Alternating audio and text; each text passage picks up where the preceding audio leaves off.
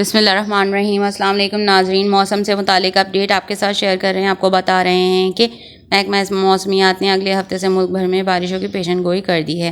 محکمہ موسمیات کے مطابق مغربی ہوائیں 28 مئی سے ملک کے بالائی اور وسطی علاقوں میں داخل ہوں گی، جس سے 28 تا 30 مئی تک بلوچستان کے اکثر مقامات پر آندھی گرج چمک کے ساتھ بارش کا امکان ہے۔ محکمہ موسمیات کا یہ بھی کہنا ہے کہ ملک بھر میں اگلے ہفتے سے درجہ حرارت معمول سے کم رہنے سے سکھر، دادو، کراچی اور حیدرآباد میں بارش کا امکان ہے، اور اس کے ساتھ ساتھ محکمہ موسمیات کا یہ بھی کہنا ہے کہ لاڑکانہ، جیکب آباد، میرپور خاص، بہاول نگر، ساہیوال، خانیوال اور میں بھی بارش کا امکان ہے۔